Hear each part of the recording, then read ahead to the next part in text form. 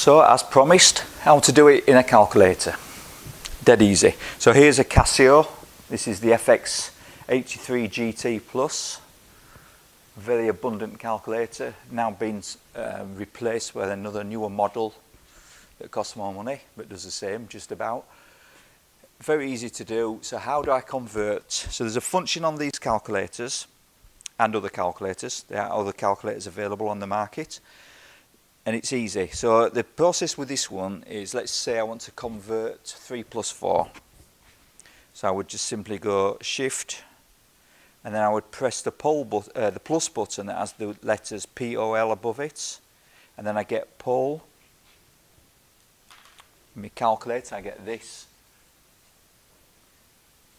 Open bracket, and then I put the first number in. So that's going to be a 3. So I put 3 in. And then I put a comma in, which is a shift, close bracket. And then I'll put my second number in, which is going to be 4. Close bracket if you wish, it doesn't really matter with a Casio. Let me bear with me while I just redo that because I messed up. 3, shift, close brackets, 4, close bracket if you wish, equals. So I've got, what you'll get is an answer to this which will say R equals, that's your radius, 5. Then it'll say theta for the angle. So I don't think this was initially developed by the calculator companies for this purpose of complex numbers. It just happens to be one of the benefits. You can use this on any triangle really.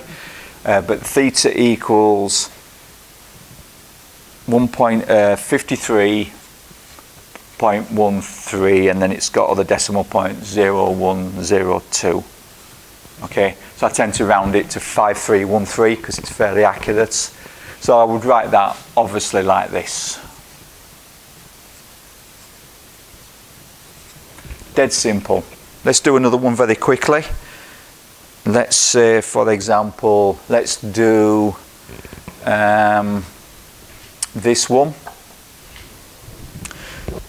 So that one would be, that's a minus. So same function, shift plus, get the pole, 3, shift close bracket for the comma. Then this time I need to put a negative. So use the negative that's towards the left on this particular calculator, the one in brackets, rather than the minus sign.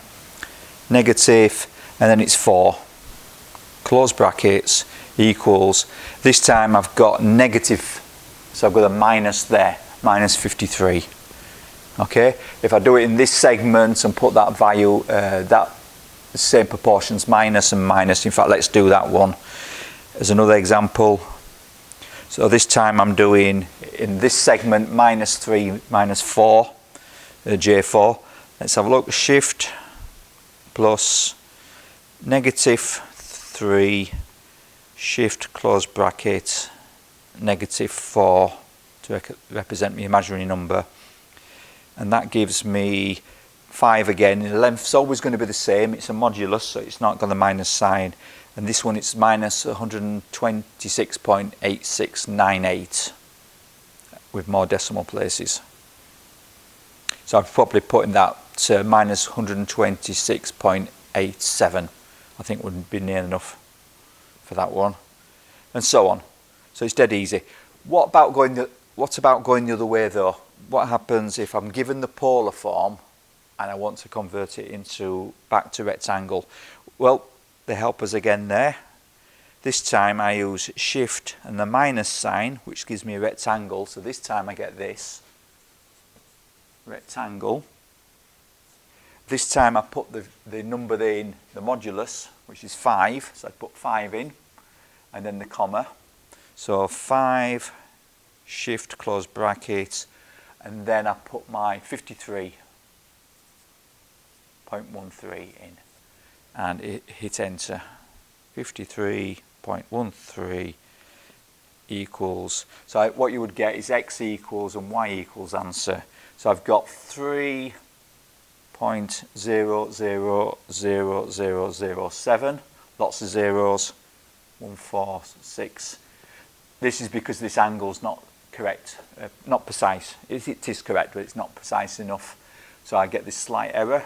I mean, that's not far off at all, is it? And my y I've got as 3.99. And it seems to go on a long way before we get to 4641. So again, 3 and 4 obviously. So dead easy. Let's have a look what happens if I've got minus. So, and again, shift minus sign to get the rec up. Put 5 in, put a comma in, put in negative 53.13 equals. So this time I've got x equals the same, y equals negative. So there's a minus sign there. Okay, simple as that. Same thing. So it couldn't be easier, frankly.